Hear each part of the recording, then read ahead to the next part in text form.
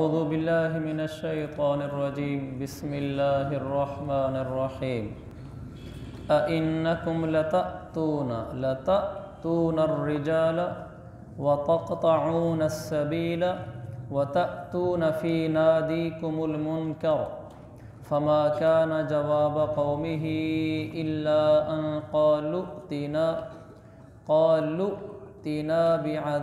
बिअज़ाबिल्लाहि इन कुन्त मिनस्सादिक़ीन। ये आयत चल रही थी जिसको कुछ हमने पिछले दर्स में बयान किया था, कुछ आज इंशाअल्लाह।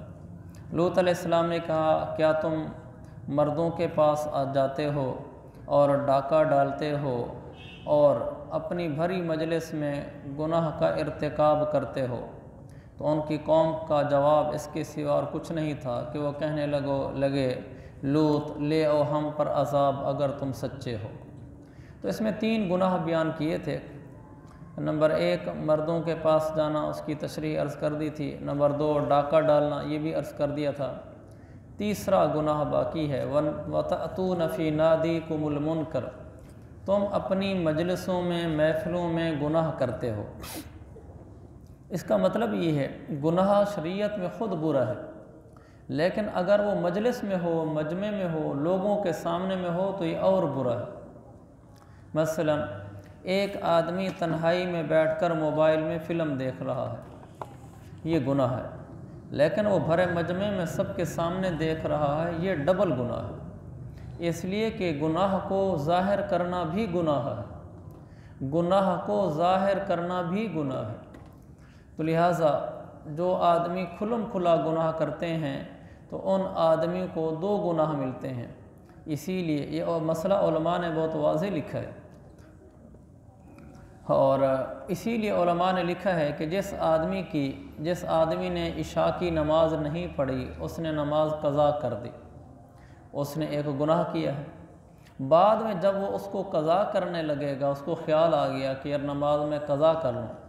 नमाज कज़ा करते हुए अगर दिन के टाइम कज़ा कर रहा है तो वो जब वितर पढ़ेगा तो वितर के वक्त दुआ कनूत से पहले जो हम हाथ उठाते हैं वो हाथ नहीं उठाएगा, ऐसे खड़े खड़े कह देगा अल्लाहु अकबर, यानी हाथ उठाने के बजाय सिर्फ तकबीर कहेगा, क्योंकि हाथ उठाना सुन्नत है और तकबीर कहना यानी हाथ उठाते हुए अल्लाहु अकबर कहना ये वाजिब है। तो वाजिब तो पूरा कर लेगा लेकिन हाथ नहीं उठाएगा। उसकी यही एक वजह है, इसलिए कि जब दिन के टाइम वो वितर पढ़ रहा है तो लोगों के सामने खुलम खुला बता रहा है कि मैंने पहले वितर नहीं पढ़े थे। तो वितर न पढ़ना एक गुनाह था, फिर उसको लोगों के सामने ज़ाहिर कर रहा है और गुनाह हो जाएगा।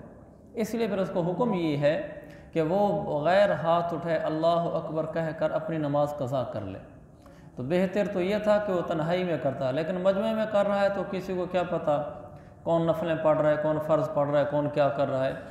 कोई आदमी किसी की रकातें तो नहीं गिन रहा होता, बस ये एक मंज़र होता है लोग मस्जिद में नमाज़ पढ़ रहे हैं, तो उसी दौरान उसने अपनी कज़ा नमाज भी पढ़ ली तो कोई हर्ज की बात नहीं है। लेकिन हाथ उठाने से इसलिए मना किया ताकि गुनाह का इजहार ना हो। इससे कितना ज़्यादा हमें अहमियत मालूम हुई कि जो लोग गुनाह करके फिर उसका इजहार करते हैं। सूद लिया है ये एक गुनाह है, किसी को आपने बताया है कि मैंने सूद लिया है, ये डबल गुनाह है। कोई गुनाह भी जिसको एलानिया करना शुरू कर दिया जाए और खुलम खुला करना शुरू कर दिया जाए तो ये गुनाह दोहरा हो जाता है। लिहाजा गुनाह से भी बचना चाहिए और लोगों के सामने गुनाह करने से भी बचना चाहिए, गुनाह के इजहार से भी बचना चाहिए। चीज़ है कि हमारा मुआशरा ऐसा हो चुका है, गुनाह का इजहार नदामत तो दूर की बात है, गुनाह का इजहार फ़ैशन और फ़ख्र बन चुका है। लोग बाद गुनाहों का खुलम खुला इजहार करते हैं, तो ये बहुत ही दुख की बात है। और इसी तरह अपने गुनाह में किसी दूसरे को शरीक नहीं करना चाहिए। ये ऐसा गुनाह है जिसके फैलने की आगे हद भी कोई नहीं। मसलन एक आदमी ने गाना सुना और बड़े मजमे में सुना, दोस्त भी बैठे हुए थे, तो उसको डबल गुनाह हो गया। अगर उसने इस गाने को आगे किसी के पास भेज दिया मोबाइल पर, तो ये तो उसने अपने गुनाह का एक ऐसा दरवाज़ा खोला है कि जिसके बंद होने की तो कोई सूरत ही नहीं। कि आपने उसको क्लिप भेज दिया, वो आगे देखेगा उसको गुनाह होगा। वो फिर भरे मजमे में देखेगा, मसलन भरे मजमे में सुना तो भला एक आदमी बैठा हो इन खुले आम, उसको देखेगा, उसको गुनाह मिलेगा, वो दूसरे को भेजेगा, वो तीसरे को भेजेगा, वो जहाँ तक फैलता चला जाएगा आप उस गुनाह में बराबर के शरीक होते चले जाएंगे। इसलिए मेरे अज़ीज़ भाइयों, अल्लाह ताला से आफ़ियत मांगनी चाहिए। इंसान अगर अपनी लज्जत के लिए गुनाह करता भी है, चलो मैं कानों की लज्जत ले लूँ, गाना सुन लूँ, या आँखों से गलत देख लूँ, गुनाह किया उसने, लेकिन ऐसा तो नहीं करना चाहिए कि अपने ऊपर गुनाहों का इतना बोझ लाद दे कि जिस बोझ को उठाया भी ना जा सके, जिसकी कल कोई सूरत ही ना रहे इसको ख़त्म करने की। तो अल्लाह ताला से आफ़ियत भी मांगनी चाहिए, उसी की तौफीक से इंसान नेकी करता है और गुनाह की चीज़ें आगे नहीं भेजनी चाहिए। जिस तरह कोई इस तरह की गलत चीज़ भेजना, इसी तरह कोई औरत है, बेपर्दा है, बिखरे बालों वाली है, नंगे सर है, मेकअप किया हुआ है, उसके क्लिप आ गया, वो क्लिप आगे किसी दोस्त को भेज दिया, भला वो फ़नी क्लिप था, लेकिन उसमें जो औरत को इस तरह दिखलाया गया, वो जो देखता जाएगा वो सब गुनाह में शरीक होते चले जाएंगे। और हमारे यहाँ इतनी हिस्स ख़त्म हो गई है हमारे इस सोशल मीडिया की वजह से, अब लोग गुनाह को भी गुनाह नहीं समझते। यानी एक आम सी बात बन गई है, किसी क्लिप को सुनना, उसके पीछे म्यूज़िक लगी हुई हो, तो म्यूज़िक भी सुन रहा है, क्लिप भी सुन रहा है, तो इसको वो कोई हर्ज भी नहीं महसूस करता। कोई ख़बर औरत बता रही है, कोई क्लिप फ़नी आया हुआ है, उसमें औरत है बिल्कुल बेपर्द, नंगे सर, मेकअप के साथ, बस फ़नी क्लिप समझ के देख लिया कि मेरी कौन सी गलत नीयत थी, मैंने कौन सी फ़िल्म देखी है। इसको ये भी नहीं समझा कि मैंने गुनाह किया है। हमारे हिस्स इतनी ख़त्म हो गई है कि लोग अब इसका ख्याल नहीं करते। दुख की बात ये है कि अब ये दीनदारों में भी सरायत कर गई है। एक मौलवी साहब का मुझे क्लिप आया, उनका अपना बयान का क्लिप था, किसी जगह उन्होंने बयान किया, नौजवान हैं हमारे, वाकिफ़ हैं, दोस्त भी हैं, तो उन्होंने मुझे अपना क्लिप भेजा, नीचे लिखा हुआ था उनका नाम, फ़लाँ मौलाना साहब हजूर सल्लल्लाहु अलैहि वसल्लम की शान रहमत को अजब अंदाज में बयान करते हुए, और ऊपर उनका क्लिप था, नीचे ये टैग लगा हुआ था। तो मैंने उसको उसी वक्त ओपन किया कि मैं सुनूं। जैसे मैंने ओपन किया तो फ़ौरन एकदम औरत आई, पूरी तरह तो मैं उसको देख नहीं सका क्योंकि उसको मैंने फिर फ़ौरन ही बंद कर दिया, लेकिन इतना तो मुझे भी याद है कि बिल्कुल नंगे सर, जैसे ख़बरों पर औरतें आती हैं मेकअप करके पूरे बन संवर कर नंगे सर आती हैं, ऐसी औरत थी। तो मैंने उसको बंद करके वापसी उससे रब्ता किया, मैंने कहा ये आपने क्या किया है, आपने नीचे ये लिखा और ऊपर ये है। कहने लगा ये बिल्कुल थोड़ा सा है और औरत भी कोई इतनी साफ़ नज़र नहीं आती, बस गौर से देखो तो नज़र आती है। तो पीछे मेरा बयान है, इस औरत तारुफ कराती है, वो कि चैनल पे, टीवी चैनल पे कहीं चला होगा। मैंने कहा बड़े दुख की बात है, इस तरह दीन थोड़ी फैलता है। वो फिर उन्होंने किसी और जगह, हमारा एक और ग्रुप है हमारे कुछ साथियों का जो मदरसों के पढ़े हुए हैं, उन्होंने वो क्लिप उसमें भी शेयर कर दिया। तो उस क्लिप में तो, उस ग्रुप में तो साथी ने उसकी अच्छी खासी बनाई, और सही है, हक बनना था बनाने का। उन्होंने कहा तुम आलिम होकर ये काम कर रहे हो, रोमे आगे से कह रहे हो फ़लाँ मौलाना साहब का शान रहमत पे क्लिप सुनो, और आप ख़ुद शुरू में औरत को पेश कर रहे हो, आपको नहीं पता ये गुनाह है। तो मेरे अजीज़ भाइयों, मैं कह रहा था हिस्स ही ख़त्म होगी ना, इसको कुछ समझा ही नहीं जाता कि ये क्या हो गया है। हमें इसका बहुत ज़्यादा एहतियात करनी चाहिए। अल्लाह हमारी निगाहों की हिफाजत फरमाए, हमारे दिल की हिफाजत फरमाए। मेरे भाइयों, माल का कम हो जाना एक परेशानी की चीज़ है, लेकिन ये कोई ख़ास परेशानी नहीं है। ईमान में नक्स आ जाना, आमाल सालिहा में नक्स आ जाना, ये बहुत बड़ी परेशानी है। माल में नुकसान हो जाना परेशानी है, लेकिन मुक़द्दर का है, मिल जाएगा, जैसी दुनिया है गुजर जाएगी। लेकिन ईमान में नुकसान आ जाना, आमाल में नुकसान आ जाना, ये बहुत बड़ी नाकामी है, ये बहुत बड़ा नुकसान है हमारा। तो हम तो चंद एक हमारे लम्हे इस दुनिया में बाकी हैं, चंद सुबहें, चंद शामें, अल्लाह ही जाने कितनी हैं, इनको ऐसा गुजार कर जाएं कि जब अल्लाह की बारगाह में पेशी हो तो अल्लाह राज़ी हो जाए। हमारी सारी ज़िंदगी माल के गिर्द घूमती हुई गुजर जाती है। मैं हर दफ़ा ही अर्ज़ करता हूँ, माल का कमाना बुरा नहीं, माल का बढ़ाना बुरा नहीं, माल के लिए मेहनत करना बुरा नहीं, ये कोई गलत नहीं है, घर बनाना बुरा नहीं, सवारी लेना बुरा नहीं, लेकिन जिस तरह मेरे अजीज़ों हम लगे हुए हैं ना, ये ठीक नहीं है कि ना हलाल हराम की पहचान है, ना जायज़ नाजायज़ की पहचान है, ना नमाज को पूरा टाइम देते हैं। कमाने के दौरान नमाज के लिए आते हैं, ठक ठक पढ़ते हैं हम, क्योंकि पीछे दुकान खुली हुई है, पीछे दफ्तर खेत में जाना है, नमाज के लिए हमारे पास वक्त नहीं कि हमने पीछे कमाना है। तो इस तरह का कमाना तो समझ में नहीं आता। फिर उसी के गिर्दी सारी ज़िंदगी घूम रही है। माल बढ़ाने के लिए जितना मौका मिल जाए बढ़ रहे हैं, टाइम बढ़ा रहे हैं, दुकान का टाइम बढ़ा दिया, ड्यूटी का टाइम बढ़ा दिया, लेकिन आमाल के लिए भी टाइम बढ़ाया कि नहीं बढ़ाया, या सिर्फ वही 5 नमाज़ें चल रही हैं बस, उसके अलावा कोई टाइम नहीं है आखिरत के लिए। नमाज तो वहीं खड़ी है हमारी, जितने मिनट की पहले थी उतने मिनट की आज है। जो फ़र्ज़ नमाज़ें थी सिर्फ वही हैं, ये तो नहीं बढ़ रही। लेकिन बिज़नेस बढ़ रहे हैं मेरे, साइड बिज़नेस बन गया, बढ़ गया, कोई और भी साथ दाएँ बाएँ अड़ा लिया, पार्ट टाइम में कुछ और भी कर लिया, कुछ नेट पे भी कुछ अर्निंग शुरू कर दी। कोई पढ़ाता है तो कहीं एक कॉलेज में कोई पीरियड ले लिया, कोई दूसरे स्कूल में पीरियड ले लिया, कोई ट्यूशन ले ली, यानी आदमी इसको ना बढ़ाता चला जा रहा है, बढ़ाता चला जा रहा है। और आमाल को, और वो बढ़ाना बुरा नहीं है, बिल्कुल बढ़ाए, 2 के 3 कारोबार करे, 3 के 4 करे, पार्ट टाइम ड्यूटी करे, ट्यूशनें पढ़ाए, कोई बुरा नहीं है। लेकिन मैं ये कहना चाहता हूँ, जितनी फ़िक्र हमें इसकी है कि मेरा माल बढ़ जाए, क्या इतनी फ़िक्र हमें आमाल की भी है कि मेरे आमाल बढ़ रहे हों। पहले मैं सिर्फ 5 नमाज़ें पढ़ता था, अब मैंने नफलों का इजाफा कर लिया, मेरी नमाज़ें दिन में 9 हो गई हैं, एक मैंने इशराक ऐड कर ली, एक मैंने चाश्त बढ़ा ली, अवाबीन और तहज्जुद मैंने बढ़ा ली, अब मैं थोड़ा सा बढ़ गया हूँ। इसी तरह पहले मैं तिलावत थोड़ी करता था, मैंने थोड़ी ज़्यादा कर ली है, पहले मैं ज़िक्र थोड़ा करता था, मैंने थोड़ा ज़्यादा कर लिया है। इसमें भी कोई बढ़ाने का निज़ाम है या बस वही है?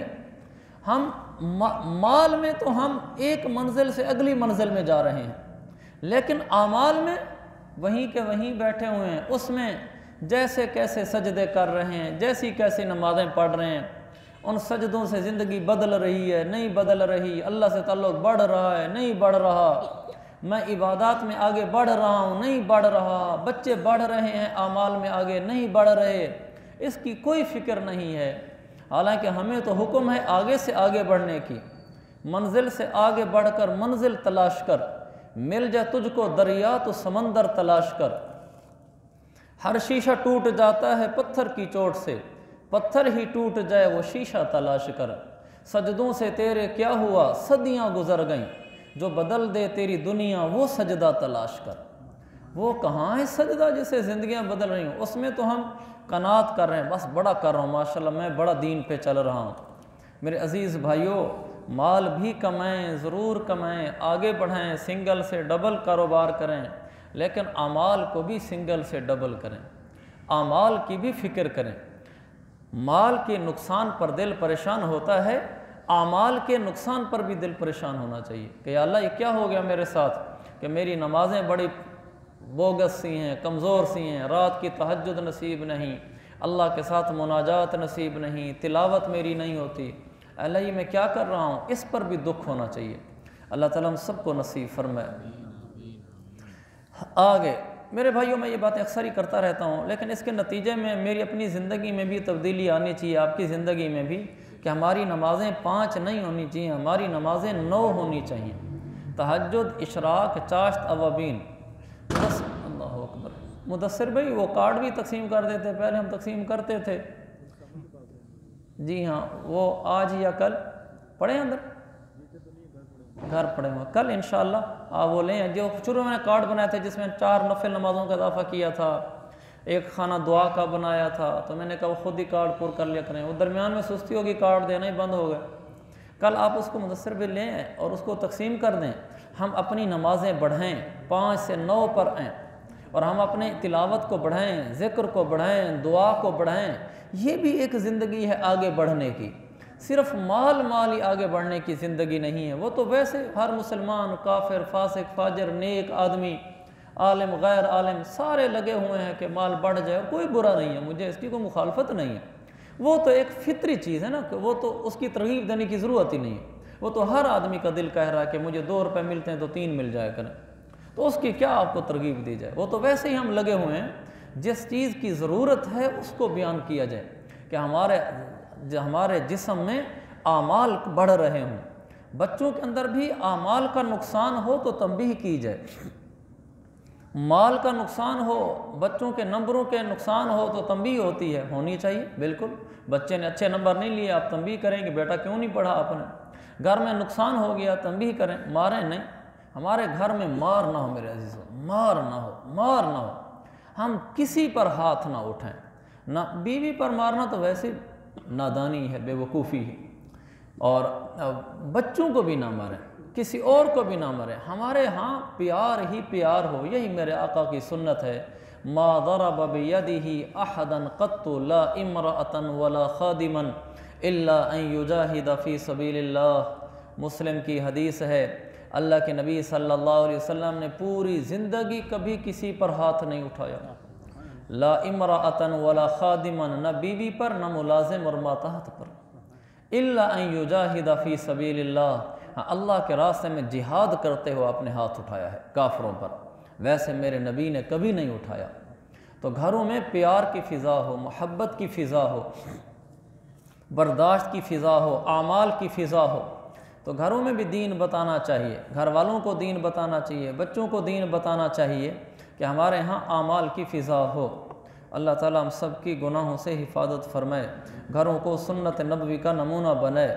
हमारे घरों में एक जगह हो इबादत करने की, कि जिसमें मैंने पहले अर्ज़ किया था, बड़ा घर है तो एक कमरा मुख्तस कर लें, बड़ा घर नहीं है छोटा घर है, छोटे घर में कोई निशान बंदी कर लें कि ये जगह ऐसी है जहाँ हम बैठकर इबादत किया करेंगे, वहाँ मुसल्ले पड़े हों, आसान तर्जुमा कुरान पढ़ा हो, कोई हदीस की किताब रखी हो कि आदमी जब जाए जाकर उसको देख लिया करे। तो घरों में इसकी फ़िज़ा हो, अल्लाह ताला तौफ़ीक़ अता फ़रमाए। 7 साल का बच्चा हो जाए उसको ज़रूर कहा करें, बेटा नमाज़ पढ़ो, बेटी नमाज़ पढ़ो। 10 साल का हो जाए थोड़ी सी तंबीह के साथ, नमाज क्यों नहीं पढ़ी, इतनी देर हो गई है, ताकि उसको कुछ महसूस हो। कभी कभार हल्का सा उसको ऐसे, ये मारना वो मारना नहीं है कि जिसमें रख के थप्पड़ मारा, ये मारना वो मारना है कि जब आपका हाथ उसके सर को लगेगा तो वो कहेगा कि मुझसे कोई बड़ी गलती हुई है। बड़ी गलती क्या है कि मैंने नमाज नहीं पढ़ी। तो उसके दिल में नमाज की अजमत बिठाने के लिए कहा गया है कि जब 10 साल का हो जाए तो मारो। उस मारने का ये मतलब नहीं है कि सोटियाँ उठा लो और हाथ उठा लो और उसकी पिटाई करो, भी तो नमाज क्यों नहीं पढ़ता, तो 10 साल का हो गया, ये मुराद नहीं है। उसको तंबीहन हल्का सा हाथ लगाओ सर पे, जिससे वो कहे कि कोई बड़ी बात हो गई है कि आज बाबा ने मुझे सर पे हाथ मारा है, तो उसके दिल में नमाज की अहमियत उजागर हो। तो हमारे घरों में एक दीन का माहौल हो, दीन की एक फ़िज़ा हो। हर वक्त आप देख लें हमारे घरों में पैसों की बातें होती हैं ना, हर वक्त। तो अगर हम थोड़ा बहुत बैठकर कोई दीन की बातें भी कर लिया करें, कोई क्लिप दीन का सुन लिया करें। अगर ख़ुद आलिम नहीं है तो आज तो माशाल्लाह यूट्यूब भरा पड़ा है, कोई दर्स लगा दें, कोई बयान लगा दें, कोई नात लगा दें, ताकि घरों में एक मजहबी फ़िज़ा हो, एक दीनी फ़िज़ा हो, सुन्नत की फ़िज़ा हो। बच्चे सुबह उठें उनको दुआएं सिखाई जाएँ, उठते हुए ये दुआ पढ़ते हैं, रात को सोते हुए बेटा यूँ करते हैं, सारे भाई बिस्तर झाड़ो अपना, सारे बिस्तर झाड़ो। भी हमारे नबी ऐसा करते थे, ताकि बच्चों के जहन में अभी से सुन्नत का शौक़ पैदा हो। सोते हुए उनको भी अपना बिस्तर ख़ुद बिछाओ, ये सुन्नत है, जैसा कि आज इंशाअल्लाह हम पढ़ेंगे भी से। तो उनको सुन्नत की तरफ राग़िब किया जाए। एक बिल्कुल मसनून घराना हो हमारा, सुन्नत वाला घराना हो, फिर देखो अल्लाह की रहमत कैसे आती है। आगे फरमाया, क़ाल रब्बिन्सुरनी अलल क़ौमिल मुफ़्सिदीन। लूत अलैहिस्सलाम ने कहा, ऐ मेरे अल्लाह, इन फसादी लोगों के मुकाबले में मेरी मदद फरमा। वलम्मा जाअत रुसुलुना इब्राहीम बिलबुशरा क़ालू इन्ना मुहलिकू अहलि हादिहिल क़र्यह इन्न अहलहा कानू ज़ालिमीन। जब हमारे भेजे हुए फ़रिश्ते इब्राहीम के पास बेटे की खुशखबरी लेकर आए तो उन्होंने कहा कि हम इस बस्ती वालों को हलाक करने वाले हैं। हकीकत ये कि इसके बाशिंदे बड़े ज़ालिम बने हुए हैं। जो फ़रिश्ते इब्राहीम अलैहिस्सलाम के पास खुशखबरी लेकर आए थे कि आपके यहाँ बेटा पैदा होगा, उन्हीं फ़रिश्तों ने यह भी कहा कि हम अज़ाब भी लेकर आए हैं। जब ये कहा कि अज़ाब लेकर आए हैं इस बस्ती वालों के लिए, तो इब्राहीम अलैहिस्सलाम ने कहा, क़ाला, इब्राहीम अलैहिस्सलाम ने कहा, इन्न फ़ीहा लूता, इस बस्ती में, इन बस्ती लूत को जो आप तबाह करने आए हैं, इस बस्ती में तो हज़रत लूत भी मौजूद हैं। क़ालू, उन्होंने कहा, नहनु अअलमु बिमन फ़ीहा, हमें अच्छे तरीके से पता है कि इसमें कौन कौन रहता है। लनुनज्जियन्नहु व अहलहु इल्ला इम्रअतह, हम लूत अलैहिस्सलाम को भी बचा लेंगे और उनके मुतअल्लिकीन को भी बचा लेंगे सिवाय उनकी बीवी के। कानत मिनल गाबिरीन, ये पीछे रह जाने वाले लोगों में शामिल रहेगी, उनकी बीवी को नहीं बचाएंगे, क्योंकि लूत अलैहिस्सलाम की बीवी काफरा थी। नबी की बीवी काफरा हो सकती है लेकिन बदकार नहीं हो सकती। वलम्मा अन जाअत रुसुलुना लूतन सीअ बिहिम वदाक़ बिहिम ज़रअ वक़ालू ला तख़फ़ वला तहज़न इन्ना मुनज्जूक व अहलक इल्ला इम्रअतक कानत मिनल गाबिरीन। जब हमारे भेजे हुए फरिश्ते हज़रत लूत के पास पहुँचे तो लूत अलैहिस्सलाम उनकी वजह से सख्त परेशान हुए और उनकी वजह से उनका दिल तंग होने लगा। उन फरिश्तों ने कहा ला तख़फ़ वला तहज़न, आप डरे नहीं, गम न करें, हम आपको और आपके मुतल्लिकीन को बचा लेंगे, अलबत्ता आपकी बीवी पीछे रह जाने वालों में रह जाएगी। जब वो फरिश्ते अज़ाब लेकर आए तो लूत अलैहिस्सलाम उससे उनकी वजह से उनको परेशानी हुई तो उन्होंने कहा परेशान ना हो, हम इस्लाम वालों को, ईमान वालों को बचा लेंगे, जो काफिर हैं सिर्फ उनको डुबाएंगे। फिर अल्लाह ताला ने फरमाया इन्ना मुनज़िलून अला अहली हादिहिल क़रियति रिज्ज़म मिनस समाई बिमा कानू यफ़्सुक़ून। इस बस्ती के बाशिंदे जो बदकारियाँ करते रहे हैं उनकी वजह से हम उन पर आसमान से अज़ाब नाजिल करने वाले हैं। तो अल्लाह ताला ने फिर उन पर अज़ाब नाजिल किया। किस बदकारी की वजह से? वही जो उनमें हम जिन्स परस्ती थी। ये इतना बड़ा गुनाह है कि मेरे रब ने उन पर इसी गुनाह की वजह से अज़ाब नाजिल किया। वलक़द तरकना मिनहा आयतम बय्यिनतल लिक़ौमि यअक़िलून। हमने उस बस्ती की कुछ खुली निशानी उन लोगों के लिए छोड़ दी है जो समझ से काम लें। लूत अलैहिस्सलाम की बस्ती को जहाँ बर्बाद किया था उसकी निशानी अल्लाह ने छोड़ दी लोगों के समझने के लिए। निशानी ये है कि बस्ती उल्टी हुई जो डाली तो जो लोग वहाँ से गुज़रते थे उनको उल्टी हुई बस्ती नज़र आती थी, तो उनको ताकि को शऊर लिक़ौमि यअक़िलून, जिनको अक़ल और शऊर हो उनके लिए उसमें निशानी है। जिनकी अक़ल और हिस्स ही मर जाए तो उनको कोई निशानी नहीं मिलती, कोई इबरत नहीं होती। तो आज भी हमारे लिए भी है, यहाँ हमारी भेड़ में बिल्कुल साफ़ उल्टी हुई बस्ती है। अल्लाह जाने ये कब की है, किस ज़माने की है, लेकिन एक दफ़ा हम भी गए थे उसको देखने के लिए, आप सब लोगों ने भी देखा होगा। वो आदमी उसमें से खोदे तो हड्डियाँ निकलती हैं, बर्तन के प्याले निकलते हैं। बज़ाहिर ये लगता है जैसे पूरी बस्ती को ही धंसा दिया था अल्लाह ताला ने। किसी ज़माने में तो आखिर हुआ है ये। तो मेरे अज़ीज़ भाइयों, हमें इन चीज़ों से इबरत हासिल करनी चाहिए कि एक दिन हमने मर जाना है, यहाँ रहना नहीं है। लेकिन हमारे दिल हैं कि मरने से बिल्कुल गाफिल हैं, दुनिया में हर वक्त फरेफ्ता हैं। नेक इंसान कामयाब है चाहे गरीब ही क्यों ना हो, बदकार इंसान नाकाम है चाहे अमीर ही क्यों ना हो। अल्लाह ताला हमें नेकी अता फरमाए। हाँ।